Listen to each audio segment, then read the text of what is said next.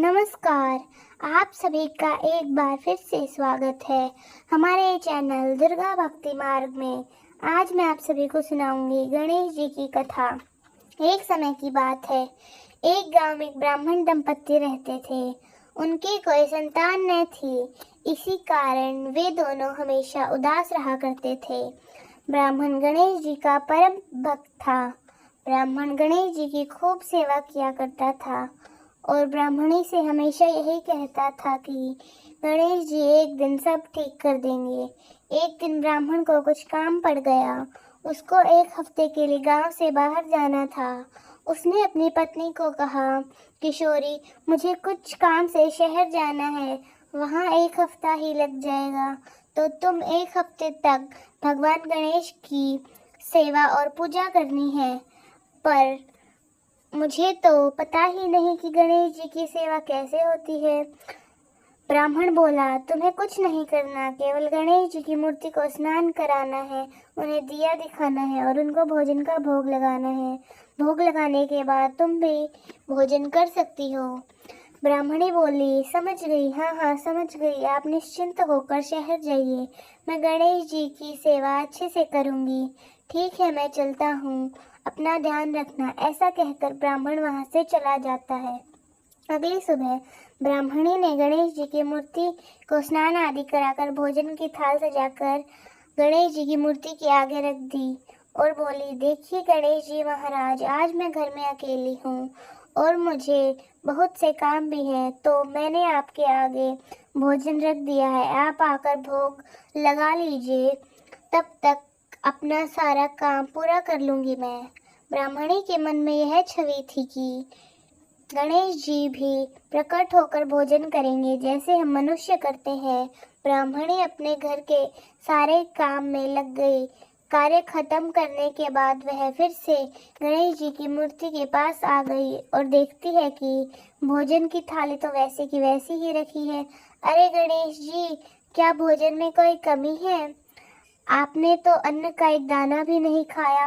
मेरी पूजा में कोई कमी रह गई थी क्या? प्रभु, अगर ऐसा है तो बता दीजिए, लेकिन भोजन ग्रहण कर लीजिए।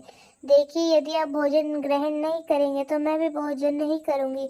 इसके बाद ब्राह्मणी जिद पर अड़ गई, गणेश जी की मूर्ति के आगे बैठ गई। सुबह से शाम हो जाती है, ब्राह्मणी भूखी प्यासी गणेश जी की मूर्ति के आगे बैठी रहती है। यह मेरी भक्त बड़ी भोली है, मुझे इसे दर्शन देने होंगे, अन्यथा यह भूखी रह जाएगी। गणेश जी बाल रूप धारण करते हैं और ब्राह्मणी के आगे मूर्ति में से प्रकट हो जाते हैं। ब्राह्मणी अपने सामने भगवान गणेश को देखकर बहुत प्रसन्न होती है। प्रभु, आप आ गए, मैंने आपकी कितनी प्रतीक्षा की। अब मैं आपको अपने हाथों से खाना खिलाऊंगी। इसके बाद ब्राह्मणी भगवान गणेश को अपने हाथों से खाना खिलाती है। भगवान गणेश भी बालक की भांति ब्राह्मणी के हाथों से खाना खाते हैं। अब यह रोज का हो गया था। रोज ब्राह्मणी स्नान करके गणेश जी के लिए भोजन बनाया करती और गणेश जी भी बालक के रूप में आते और ब्राह्मणी के हाथों से खाना खाते। देखते ही देखते एक हफ्ता गुजर गया। ब्राह्मण शहर से वापस घर आ गया और उसने अपनी पत्नी से कहा, किशोरी, मेरे ना रहने पर तुमने गणेश महाराज की सेवा अच्छे से की थी ना? हाँ, बहुत अच्छे से की थी। उन्हें तो मेरे हाथों से खाना खाना भी बहुत पसंद है। उन्हें मैं प्रतिदिन अपने हाथों से भोजन कराती थी और वह सारा भोजन खा लेते थे। ओह किशोरी, तुम तो ऐसी बातें कर रही हो जैसे साक्षात गणेश महाराज तुम्हारे हाथों से ही खाना खाते थे। हाँ, यही सच है, गणेश महाराज मेरे हाथों से भोजन करते थे। अच्छा, अगर आपको विश्वास ना हो तो कल सुबह आप छिपकर देख लेना। अगली सुबह ब्राह्मणी स्नान करके रोजाना की तरह भगवान गणेश को भोग लगा रही थी और ब्राह्मण यह सब खिड़की से छिपकर देख रहा होता है। तभी भगवान गणेश बाल रूप में प्रकट होते हैं और ब्राह्मणी के हाथों से भोजन करने लगते हैं। यह देखकर ब्राह्मण चकित रह जाता है और भागता हुआ घर में आ जाता है और गणेश जी के चरणों में गिर पड़ता है। प्रभु, आप साक्षात मेरे घर पधारे हो, मेरी पत्नी के हाथों से भोजन ग्रहण कर रहे हैं। प्रभु, मैं तो धन्य हो गया।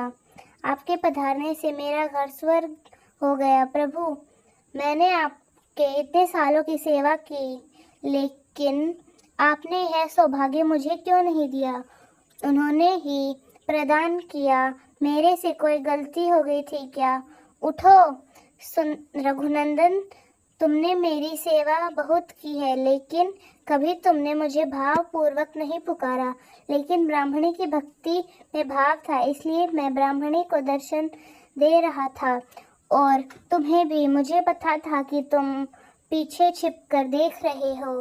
ब्राह्मण, मैं तुम्हें आशीर्वाद देता हूँ कि बहुत जल्द तुम्हारे घर एक बालक का जन्म होगा और तुम्हारे जीवन में कभी धन्य धान्य की कमी नहीं होगी। तुम सदा खुश रहोगी, यह मेरा आशीर्वाद है। यह बोलकर गणेश जी अदृश्य हो जाते हैं और गणेश जी के आशीर्वाद से ब्राह्मण के घर एक बालक का जन्म होता है और उनका घर धन्य धान्य से संपन्न हो जाता है। तो दोस्तों, कैसी लगी आपको हमारी आज की कहानी? कमेंट्स में ज़रूर बताएं। धन्यवाद।